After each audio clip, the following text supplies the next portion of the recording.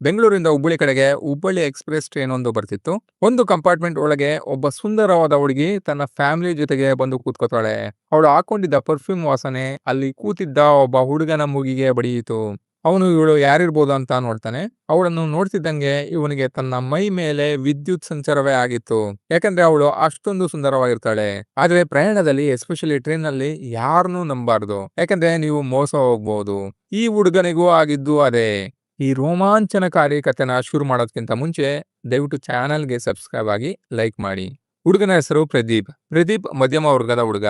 ಬೆಂಗಳೂರಿನಲ್ಲಿ electrical engineering ಮುಗಿಸಿ 3 ವರ್ಷದಿಂದ ಒಂದು ಪ್ರೈವೇಟ್ ಕಂಪ್ನಿಯಲ್ಲಿ ಕೆಲಸ ಮಾಡ್ತಿರ್ತಾನೆ. ಏಪ್ರಿಲ್ ತಿಂಗಳಲ್ಲಿ ಅವನ ತಂಗಿ ಮದುವೆ. ಅದಕ್ಕೋಸ್ಕರ ಅವನು ಬೆಂಗಳೂರಿಂದ ಹುಬ್ಬಳ್ಳಿ ಕಡೆಗೆ ತನ್ನ ಮನೆಗೆ ಟ್ರೈನ್ ಹತ್ತಿರ್ತಾನೆ. ಒಂದು ವಾರದಲ್ಲಿ ಅವನ ತಂಗಿ ಮದುವೆ ಇರುತ್ತೆ. ಗಂಡ ಹೆಂಡತಿ ಜೊತೆಗೆ ಇವರ ಇಬ್ಬರು ಹೆಣ್ಮಕ್ಳು, ಟೋಟಲ್ 4 ಜನರ ಫ್ಯಾಮಿಲಿ ಅಲ್ಲಿ ಬಂದು ಕೂರುತ್ತೆ. 22 ವರ್ಷದ ದೊಡ್ಡ ಮಗಳ ಹೆಸರು ಸೌಮ್ಯ. ಅವಳು ತುಂಬಾ ಸುಂದರವಾಗಿರ್ತಾಳೆ. ಪ್ರದೀಪ್ ಇವಳನ್ನ ರೆಪ್ಪೆ ಅಲ್ಲಾಡ್ಸಂಗೆ ನೋಡ್ತಿರ್ತಾನೆ. ಇವನು ಯಾರಿರ್ಬೋದು ಅಂತ ಒಂದು ಸರ್ತಿ ಹಂಗೆ ನೋಡಿ ಸ್ಮೈಲ್ ಕೊಡ್ತಾಳೆ. ಇವಳು ಕೇಳ್ತಾಳೆ, ನಿಮ್ಮ ಸೀಟ್ ಇದೇನಾ ಅಂತ. ಪ್ರದೀಪ್ ಹೇಳ್ತಾನೆ, ಇದೇ ನನ್ನ ಸೀಟ್, ಲೋವರ್ ಬರ್ತ್ ಅಂತ. ಸೌಮ್ಯ ಕೇಳ್ತಾಳೆ, ನಮ್ಮ daddy seat upper birth, but ಅವರಿಗೆ ಮೇಲೆ ಹತ್ತದಕ್ಕಾಗಲ್ಲ, ಅವರಿಗೆ ಕಾಲ್ ಆಪರೇಷನ್ ಆಗಿದೆ. ನೀವು ಕೆಳಗಿನ ಸೀಟ್ ಇವರಿಗೆ ಬಿಟ್ಟು ಅಪ್ಪರ್ ಬರ್ತ್ ಸೀಟ್ ನಲ್ಲಿ ನೀವು ಸೀಟ್ ಎಕ್ಸ್ಚೇಂಜ್ ಮಾಡ್ತೀರಾ ಅಂತ. ಅಪ್ಪ ಅಮ್ಮ ಇಲ್ಲೇ ಕೆಳಗಡೆ ಮಲ್ಕೋತಾರೆ, ನೀವು ಅಪ್ಪರ್ ಬರ್ತ್ಗೆ ಶಿಫ್ಟ್ ಆಗಿ, ನಾನು ಕೂಡ ಅಪ್ಪರ್ ಬರ್ತ್ಗೆ ಬರ್ತೀನಿ. ಇದನ್ನ ಕೇಳ್ತಿದ್ದಾಗೆ ಪ್ರದೀಪ್ ತುಂಬಾ ರೋಮಾಂಚನಗೊಂಡು ಆಯ್ತು ಅಂತಾನೆ. ಆದ್ರೆ ಇವನಿಗೆ ಮುಂದೇನಾಗುತ್ತೆ ಅಂತ ಒಂದು ಸ್ವಲ್ಪನೂ ಅರಿವಿರೋದಿಲ್ಲ. ಅವಳು ಥ್ಯಾಂಕ್ಸ್ ಅಂತ ಹೇಳಿ ಒಂದು ಸ್ಮೈಲ್ ಕೊಡ್ತಾಳೆ. ತಮ್ಮ ಸಾಮಾನನ್ನು ಅಡ್ಜಸ್ಟ್ ಮಾಡ್ಕೊಂಡು ಟ್ರೈನ್ ನಲ್ಲಿ ಕಂಫರ್ಟ್ ಆಗಿ ಕೂತ್ಕೋತಾರೆ. ಟ್ರೈನ್ ಫಾಸ್ಟ್ ಆಗಿ ಮೂವ್ ಆಗೋದಕ್ಕೆ ಶುರು ಆಗುತ್ತೆ. ನಮ್ಮ ಹುಡುಗ ಪ್ರದೀಪ್ಗೆ ಲವ್ ಅಟ್ ಫಸ್ಟ್ ಸೆಟ್ ಆಗಿರುತ್ತೆ. ಮನಸ್ಸಲ್ಲೇ ಇವಳನ್ನ ಹೆಂಗ್ ಪಟಾಯಿಸಿ ಅಂತ ಯೋಚಿಸ್ತಿರ್ತಾನೆ. ಸೌಮ್ಯಳನ್ನ ಪದೇ ನೋಡ್ತಿದ್ದ. ಸೌಮ್ಯ ಕೂಡ ಇವನನ್ನು ಒಂದೆರಡು ಬಾರಿ ನೋಡಿ ಕೊನೆಗೆ ಸ್ಮೈಲ್ ಮಾಡಿದ್ಲು. ಎಲ್ರು ಅವರವರ ಮೊಬೈಲ್ ನಲ್ಲಿ ಬಿಸಿ ಇರ್ತಾರೆ. ಇಲ್ಲಿ ಇವರಿಬ್ಬರದು ಒಂದು ಬೇರೆ ಕತೆ. ಸುಮಾರು 1 ಗಂಟೆ ಆದ್ಮೇಲೆ ಪ್ರದೀಪ್ ಟಾಯ್ಲೆಟ್ ರೂಮ್ ಕಡೆ ಹೋಗ್ತಾನೆ. ಒಂದು 10 ನಿಮಿಷ ಆದ್ಮೇಲೆ ಸೌಮ್ಯ ಕೂಡ ಅವನ ಫಾಲೋ ಮಾಡ್ಕೊಂಡು ಟಾಯ್ಲೆಟ್ ರೂಮ್ ಕಡೆ ಬರ್ತಾಳೆ. ಪ್ರದೀಪ್ ಟಾಯ್ಲೆಟ್ ರೂಮ್ ನಲ್ಲಿ ತನ್ನ ಕೈ ಕೆಲಸ ಕೂಡ ಮುಗಿಸ್ಕೊಂಡಿರ್ತಾನೆ. ಬಟ್ ಸೌಮ್ಯ ಬರ್ತಿದ್ದಂಗೆ ಮತ್ತೆ ಜರ್ಕೊಳಿತಾನೆ. ಸೌಮ್ಯ ಬೇರೆ ನೋಡಕ್ ಚೆನ್ನಾಗಿದ್ದಾಳೆ, ಮತ್ತೆ ಹುಡುಗಿ ಫಾಸ್ಟ್ ಇದ್ದಾಳೆ. ಸೊ ಟಾಯ್ಲೆಟ್ ರೂಮ್ ನಲ್ಲೇ ಮ್ಯಾಟ್ರ್ ಮಾಡಬಹುದೇನೋ ಎಂಬ ಮುಂದಾಲೋಚನೆಯಿಂದ ಪ್ರದೀಪ್ ವಾಪಸ್ ಟಾಯ್ಲೆಟ್ ರೂಮ್ ಕಡೆ ಹೆಜ್ಜೆ ಹಾಕ್ತಾನೆ. ಸೌಮ್ಯ ಕೇಳ್ತಾಳೆ, ನೀವು ಟಾಯ್ಲೆಟ್ ರೂಮ್ ಡೋರ್ ನಲ್ಲೇ ಯಾಕೆ ನಿಂತಿದ್ದೀರಾ ಅಂತ. ಪ್ರದೀಪ್ಗೆ ಮೀಟರ್ ಆಫ್ ಆಗುತ್ತೆ. ಒಂದು ಸ್ವಲ್ಪ ಭಯನೂ ಆಗುತ್ತೆ. ಹೆದರ್ಕೊಂಡು ಹೇಳ್ತಾನೆ, ನೀವು ಬರ್ತಿರೋದನ್ನ ನೋಡಿ ನಿಮಗೋಸ್ಕರ ಇಲ್ಲಿ ನಿಂತೆ ಅಂತ. ಸೌಮ್ಯ ಹೇಳ್ತಾಳೆ, ಓ ನನಗೋಸ್ಕರ ನಿಂತ್ರಾ, ನನಗೋಸ್ಕರನೇ ಟ್ರೈನ್ ಹತ್ತಿದ್ದೀರಾ ಅನ್ಸುತ್ತೆ ಅಂತ ನಗ್ತಾಳೆ. ಪ್ರದೀಪ್ ಹೇಳ್ತಾನೆ, ಇರಬಹುದು, ಅದಕ್ಕೋಸ್ಕರನೇ ನಿಮ್ಮ ಕಂಪಾರ್ಟ್ಮೆಂಟ್ ನಲ್ಲಿ ನನಗೆ ಸೀಟ್ ಸಿಕ್ಕಿದ್ದು. ಸೌಮ್ಯ ಹೇಳ್ತಾಳೆ, ನೀವು ನನ್ನ ಯಾವ ತರ ನೋಡ್ತಿದ್ದೀರಾ ಅಂದ್ರೆ, ನನ್ನ ತಂಗಿಗೂ ನೀವು ನನ್ನ ನೋಡ್ತಿರೋದು ಗೊತ್ತಾಯ್ತು. ನೀವು ಟಾಯ್ಲೆಟ್ಗೆ ಹೋದಾಗ ಅವಳು ಕೇಳಿದ್ಲು, ನೀನನ್ನೊಬ್ಬ ನೋಡ್ತಿದ್ದಾನೆ ಅಂತ. ನಮ್ಮ ತಂದೆ ತಾಯಿಗೆ ಗೊತ್ತಾದ್ರೆ ಕಷ್ಟ ಆಗುತ್ತೆ. ಪ್ರದೀಪ್ ಹೇಳ್ತಾನೆ, ಏನ್ ಮಾಡ್ಲಿ, ನಿಮ್ಮನ್ನ ನೋಡಿದ್ಮೇಲೆ ನನ್ನ ಮನಸ್ಸು ಕಂಟ್ರೋಲ್ಗೆ ಬರ್ತಿಲ್ಲ. ಸೌಮ್ಯ ಹೇಳ್ತಾಳೆ, ನೀವು ನನ್ನನ್ನು ಆ ತರ ನೋಡ್ಬೇಡಿ ಎಲ್ರ ಮುಂದೆ. ನೀವು ಕಂಪಾರ್ಟ್ಮೆಂಟ್ ನಲ್ಲಿ ಎಲ್ರ ಮುಂದೆ ಆ ತರ ನೋಡದೇ ಆಗ್ಲಿ, ಮಾತಾಡಿಸೋದೇ ಆಗ್ಲಿ ಮಾಡಬೇಡಿ. ಪ್ರದೀಪ್ ಹೇಳ್ತಾನೆ, ಸರಿ ತಪ್ಪಾಯ್ತು.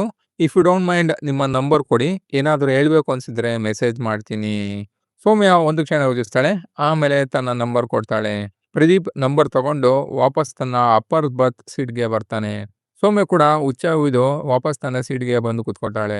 ಅದು ಥರ್ಡ್ AC ಕಂಪಾರ್ಟ್ಮೆಂಟ್ ಆಗಿರುತ್ತೆ. ರಾತ್ರಿ ಆಗ್ತಿದ್ದಂಗೆ ಎಲ್ರು ಬ್ಲಾಂಕೆಟ್ ಹೊಚ್ಕೊಂಡು ಮಲಗೋಕ್ ಶುರು ಮಾಡ್ತಾರೆ. ಆದ್ರೆ ಈ ಇಬ್ಬರಿಗೆ ನಿದ್ರೆ ಹೇಗ್ ಬರುತ್ತೆ. ಇಬ್ಬರು ಅಪೋಸಿಟ್ ಕಂಪಾರ್ಟ್ಮೆಂಟ್ ನಲ್ಲಿ ಅದೇ ಅಪ್ಪರ್ ಬರ್ತ್ ಸೀಟ್ ನಲ್ಲಿ ಒಬ್ಬರನ್ನೊಬ್ಬರು ನೋಡ್ಕೊಂಡು ಹಂಗೆ ಕಣ್ಣು ಮುಚ್ಚದೆ ಮಲಗಿರ್ತಾರೆ. ಪ್ರದೀಪ್ ಮೆಸೇಜ್ ಮಾಡ್ತಾನೆ, ನನಗೆ ನಿದ್ರೆ ಬರ್ತಿಲ್ಲ, I am not feeling sleepy ಅಂತ. ಸೌಮ್ಯ ಕೂಡ ಮೆಸೇಜ್ ಮಾಡ್ತಾಳೆ. ಇಬ್ಬರು ಒಬ್ಬರಿಗೊಬ್ಬರು ಮೆಸೇಜ್ ನಲ್ಲಿ ಪರಿಚಯ ಮಾಡ್ಕೊಂಡು ತುಂಬಾ ಫ್ರೆಂಡ್ಲಿ ಆಗಿ ಮೆಸೇಜ್ ಮಾಡ್ತಿರ್ತಾರೆ. ಸೌಮ್ಯಳಿಗೆ ರಾತ್ರಿ ಹೊತ್ತಲ್ಲಿ ತುಂಬಾ ವೆಟ್ ಆಗುತ್ತೆ. ಯೂಶಲಿ ಹುಡುಗಿಯರಿಗೆ ವಿಲ್ ಪವರ್ ಜಾಸ್ತಿ. ಸೆಕ್ಸ್ ಮಾಡದಲ್ಲೇ ಬೇಕಾದ್ರೆ ವರ್ಷಗಟ್ಟಲೆ ತರಕಾರಿಯಲ್ಲೇ ಜೀವನ ಮುಗಿಸ್ತಾರೆ. ಆದ್ರೆ ಕಣ್ಣ ಮುಂದೆನೆ ಒಂದು ಗೂಳಿ ಗುದ್ದೋದಕ್ಕೆ ಕಾಯ್ತಿದೆ. ಸೌಮ್ಯ ಮೂಳ್ಗೆ ಬಂದು ಕೇಳ್ತಾಳೆ, ನಿಮಗೆ ಈ ಗರ್ಲ್ ಫ್ರೆಂಡ್ ಯಾರು ಇಲ್ವಾ ಅಂತ. ಪ್ರದೀಪ್ ಅನ್ನೋ ಗೂಳಿ ಹೇಳುತ್ತೆ, ಇಲ್ಲ, ನೀವೇ ನನ್ನ ಗರ್ಲ್ ಫ್ರೆಂಡ್. ಸೌಮ್ಯ ಮೆಸೇಜ್ ಮಾಡ್ತಾಳೆ, ಒಂದು ದಿನದ ಗರ್ಲ್ ಫ್ರೆಂಡ್ ನಾನು. ಮೆಸೇಜ್ ಮುಂದೆ ಒಂದು ಲಾಫಿಂಗ್ ಎಮೋಜಿ ಇರುತ್ತೆ. ಪ್ರದೀಪ್ ಮೆಸೇಜ್ ಮಾಡ್ತಾನೆ, ಜೀವನ ಪೂರ್ತಿ ನಾನು ಇದನ್ನ ಮರೆಯಲ್ಲ. ಆತ ಮೆಸೇಜ್ ಮಾಡಿ ತನ್ನ ಕಚ್ಚೆ ಸರಿ ಮಾಡ್ಕೋತಾನೆ. ಇಬ್ಬರು ತಮ್ಮ ಪರ್ಸನಲ್ ಫೋಟೋ ಶೇರ್ ಮಾಡ್ತಾರೆ. ಹೀಗೆ ಅರ್ಧ ರಾತ್ರಿ ಆಗುತ್ತೆ. ಎಲ್ರು ಮಲಗಿದ್ರು, ಇವರಿಬ್ಬರು ಮಾತ್ರ ಮೆಸೇಜ್ ಮಾಡ್ತಿರ್ತಾರೆ. ಪ್ರದೀಪ್ ಮೆಸೇಜ್ ಮಾಡ್ತಾನೆ, ಬಾ ನನ್ನ ಸೀಟ್ ಮೇಲೆ ಬಂದು ನನ್ನ ಪಕ್ಕ ಕೂರು ಅಂತ. ಸೌಮ್ಯ ಮೆಸೇಜ್ ಮಾಡ್ತಾಳೆ, ಆರ್ ಯು ಗಾನ್ ಮ್ಯಾಡ್? ನಾನೇ ಯಾಕೆ ನಿನ್ನ ಸೀಟ್ ಮೇಲೆ ಬರಲಿ? ಇದು ಟ್ರೈನ್, ಮನೆ ಅಲ್ಲ. ನಿನಗೆ ಭಯ ಆಗಲ್ವಾ? ಪ್ರದೀಪ್ ರಿಪ್ಲೈ ಮಾಡ್ತಾನೆ, ಇಲ್ಲ ನನಗೇನು ಭಯ ಆಗ್ತಿಲ್ಲ. ಪ್ಲೀಸ್ ನೀನು ಬಾ, ಇಲ್ಲಾಂದ್ರೆ ನಾನೇ ನಿನ್ನ ಸೀಟ್ಗೆ ಬರ್ತೀನಿ. ಸೌಮ್ಯ ಮೆಸೇಜ್ ಮಾಡ್ತಾಳೆ, ಇಲ್ಲ ಇಲ್ಲ ಆಗಲ್ಲ. ಯಾರಿಗಾದ್ರೂ ಎಚ್ಚರವಾಗಿ ಎದ್ದು ನೋಡಿದ್ರೆ ಒಂದೇ ಸೀಟ್ನಲ್ಲಿ ಇಬ್ಬರು ಯಾಕೆ ಮಲಗಿದ್ದಾರೆ ಅಂತ ಡೌಟ್ ಬರುತ್ತೆ. ಪ್ರದೀಪ್ ಮೆಸೇಜ್ ಮಾಡ್ತಾನೆ, ಸರಿ ಬಿಡು ಹೆದರ್ಬೇಡ, ನಾನ್ ಬರಲ್ಲ. ಸೌಮ್ಯಳಿಗೆ ಅರಿವಾಗುತ್ತೆ ಇವನು ಬಿಟ್ರೆ ಟ್ರೈನ್ ನಲ್ಲೇ ಮ್ಯಾಟರ್ ಮಾಡ್ತಾನೆ ಅಂತ. ಇವಳಿಗೂ ರಾತ್ರಿ ಹೊತ್ತು ಚೂಲ್ ಜಾಸ್ತಿ ಆಗುತ್ತೆ, ಬಟ್ ಹೇಗೆ ಕಂಟ್ರೋಲ್ ಮಾಡ್ಕೊಂತಾರೆ ಹುಡುಗಿಯರು. ಇವಳು ಪ್ರದೀಪ್ಗೆ ಗುಡ್ ನೈಟ್ ಅಂತ ಮೆಸೇಜ್ ಮಾಡಿ ನಿದ್ರೆಗೆ ಜಾರ್ತಾಳೆ.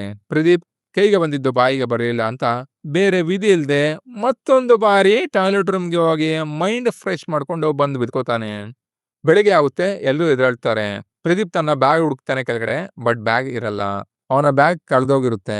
ಇವನು ಗಾಬರಿಯಾಗಿ ಇಡೀ ಕಂಪಾರ್ಟ್ಮೆಂಟ್ ನ ಹುಡುಕ್ತಾನೆ, ಬಟ್ ಬ್ಯಾಗ್ ಸಿಗಲ್ಲ. ಇವನಿಗೆ ಬಹಳ ದುಃಖವಾಗಿ ಕಣ್ಣಿನಲ್ಲಿ ನೀರು ಬರಲು ಶುರುವಾಗುತ್ತೆ. ಯಾಕಂದ್ರೆ ಇವನು ತನ್ನ ತಂಗಿ ಮದುವೆಯಾಗಿ ಒಂದು ಚಿನ್ನದ ಆಭರಣವನ್ನು ಮಾಡಿಸ್ಕೊಂಡು ತನ್ನ ಬ್ಯಾಗ್ ನಲ್ಲಿ ಇಟ್ಟು, ಜೊತೆಗೆ ಒಂದಿಷ್ಟು ಕ್ಯಾಶ್ ಮತ್ತೆ ಹಲವು ಬೆಲೆ ಬಾಳುವ ವಸ್ತುಗಳನ್ನು ಬ್ಯಾಗ್ ನಲ್ಲಿ ಇಟ್ಟಿದ್ದ. ಎಲ್ಲ ಸೇರಿಸಿ ಹೆಚ್ಚು ಕಡಿಮೆ 2 ಲಕ್ಷ ಆಗ್ಬಹುದು. ಯಾರಿಗೂ ಇವನ ಮಾತಿನ ಮೇಲೆ ನಂಬಿಕೆ ಬರಲ್ಲ. ಬಟ್ ಇವನು ಎಲ್ರಿಗೂ ತಾನು ಪರ್ಚೇಸ್ ಮಾಡಿರೋ ರಿಸಿಪ್ಟ್ ತೋರಿಸ್ತಾನೆ. ಎಲ್ರು ಇವನಿಗೆ ಬೈತಾರೆ, ಎಷ್ಟೊಂದು ಬೇಜವಾಬ್ದಾರಿ ನೀನು ಅಂತ. ಪ್ರದೀಪ್ ಹೇಳ್ತಾನೆ, ನನಗೇನು ಗೊತ್ತಿತ್ತು Tier 3 AC ಕಂಪಾರ್ಟ್ಮೆಂಟ್ ನಲ್ಲೂ ಕಳ್ತನ ಆಗುತ್ತೆ ಅಂತ. ಇವನು ಅಳೋದನ್ನ ನೋಡಿ ಎಲ್ರಿಗೂ ಇವನ ಮೇಲೆ ಅನುಕಂಪ ಬರುತ್ತೆ. ಸೌಮ್ಯ ಮೆಸೇಜ್ ಮಾಡ್ತಾಳೆ, ನನ್ನ ಗ್ರಾಜುಯೇಷನ್ ಈಗಷ್ಟೇ ಮುಗಿದಿದೆ, ನಾನು ಕೆಲಸಕ್ಕೆ ಸೇರಿ 2 ತಿಂಗಳಾಯ್ತು ಅಷ್ಟೇ. I am sorry, I don't have money ಅಂತ. ಪ್ರದೀಪ್ ರಿಪ್ಲೈ ಮಾಡ್ತಾನೆ, it's okay, no problem, I will manage ಅಂತ. ಪ್ರದೀಪ್ ತುಂಬಾ ಸೈಲೆಂಟ್ ಆಗ್ತಾನೆ. ಸೌಮ್ಯ ಕೂಡ ತನ್ನ ಫ್ರೆಂಡ್ಸ್ ಜೊತೆಗೆ ಮೆಸೇಜ್ ನಲ್ಲಿ ಬ್ಯುಸಿ ಇರ್ತಾಳೆ. ಪ್ರದೀಪ್ ತನ್ನ ಊರು ಬರ್ತಿದ್ದಂಗೆ ಎಲ್ರಿಗೂ ಬಾಯ್ ಹೇಳಿ ಮನೆಗೆ ಬರ್ತಾನೆ. ಪ್ರದೀಪ್ ತನ್ನ ತಂಗಿಗೋಸ್ಕರ ಒಂದು ಆಭರಣವನ್ನು ಗಿಫ್ಟ್ ಆಗಿ ಕೊಡ್ಬೇಕು ಅಂತ ಅನ್ಕೊಂಡಿದ್ದ. ಅದೇ ಕಾರಣ ಈ ವಿಷಯವನ್ನು ಮನೆಯವರ ಹತ್ರ ಯಾರ ಹತ್ರನೂ ಹೇಳಿರಲಿಲ್ಲ. ಇವಾಗ ಕಷ್ಟಪಟ್ಟು ತನ್ನ ತಂದೆ ತಾಯಿಯ ಜೊತೆ ಸೇರಿ ತನ್ನ ತಂಗಿ ಮದುವೆ ಮಾಡಿಸ್ತಾನೆ. ಮದುವೆ ಎಲ್ಲ ಮುಗಿದ ಮೇಲೆ ಇವನು ವಾಪಸ್ ಬೆಂಗಳೂರಿಗೆ ಬಂದ. ಮತ್ತೆ ತನ್ನ ಅದೇ ಚಾಳಿ ಶುರು ಮಾಡ್ತಾನೆ. ಸೌಮ್ಯಳಿಗೆ good night, good afternoon, sweet dreams ಅಂತ ಮೆಸೇಜ್ ಮಾಡ್ತಿರ್ತಾನೆ. ಸೌಮ್ಯಳಿಗೆ ಇವನು ಗೊತ್ತು ಗುರಿ ಇಲ್ದಿರೋ ನೈಸ್ ಗೈ ಆಗ್ಬಿಡ್ತಾನೆ. Nice guys finish last. ಹುಡುಗಿಯರು ನೈಸ್ ಗೈಸ್ ನ ರಿಜೆಕ್ಟ್ ಮಾಡ್ತಾರೆ.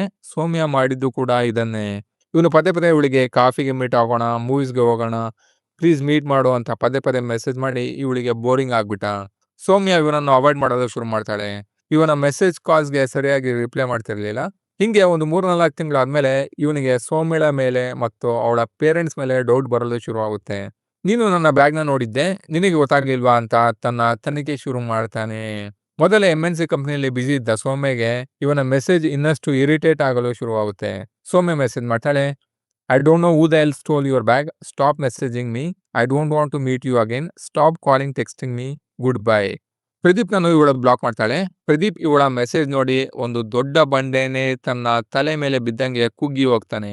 ಜೋರಾಗಿ ಹೇಳ್ತಾನೆ. ಪ್ರದೀಪ್ಗೆ ಅರಿವಾಗುತ್ತೆ, ತಾನು ಒಬ್ಬ ಹುಡುಗಿಗೋಸ್ಕರ ಟ್ರೈನ್ ನಲ್ಲಿ ಬ್ಯಾಗ್ ನ ಮರೆತೆ ಹಣ ಹೆಣ್ಣು ಎರಡನ್ನು ಕಳೆದುಕೊಂಡು ಮೂರ್ಖ ಆದೆ. ಪ್ರದೀಪ್ ಕೊನೆಗೆ ಪೊಲೀಸ್ ಸ್ಟೇಷನ್ಗೆ ಹೋಗಿ ಕಂಪ್ಲೇಂಟ್ ಕೊಡ್ತಾನೆ. ಪೊಲೀಸ್ನವರು ಕೇಳ್ತಾರೆ, 4 ತಿಂಗಳು ಏನ್ ತರಿಸಿದ್ದ ಅಂತ. ಪ್ರದೀಪ್ ಹೇಳ್ತಾನೆ, ನಾನು ಒಬ್ಬಳನ್ನ ಪಟಾಯಿಸಿದ್ದೆ, ಅವಳು ಅದೇ ಟ್ರೈನ್ ಅಲ್ಲಿ ಇದ್ಲು.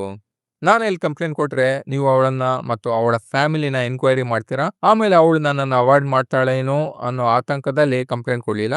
ಯಾಕೆಂದ್ರೆ ಸೌಮ್ಯಳನ್ನು ನಾನು ಪ್ರೀತಿಸ್ತಿದ್ದೆ. ಪೊಲೀಸ್ನವ್ರು ಹೇಳ್ತಾರೆ, ಇವಾಗೇನ್ ಮಾಡಕ್ಕಾಗಲ್ಲ, ಹೋಗು ನೀನು ಅಂತ ಮನೆ ಕಳಿಸ್ತಾರೆ. ತನ್ನ ಜೀವನದಲ್ಲಿ ದೊಡ್ಡ ಪಾಠ ಕಲಿತ ಪ್ರದೀಪ್ ತನ್ನ ಮನಸ್ಸನ್ನು ಹತೋಟಿಯಲ್ಲಿ ಇಟ್ಕೊಂಡು ಯಾವ ಹುಡುಗಿಯ ಬಗ್ಗೆ ಯೋಚಿಸದೆ ಹಣ ಮಾಡೋದ್ರ ಬಗ್ಗೆ ಗಮನ ಹರಿಸಿದ. ಯಾಕಂದ್ರೆ ಇವನಿಗೆ ಹಣ ಇದ್ರೇನೆ ಹುಡುಗಿಯರು ಅಂತ ಅರಿವಾಯ್ತು.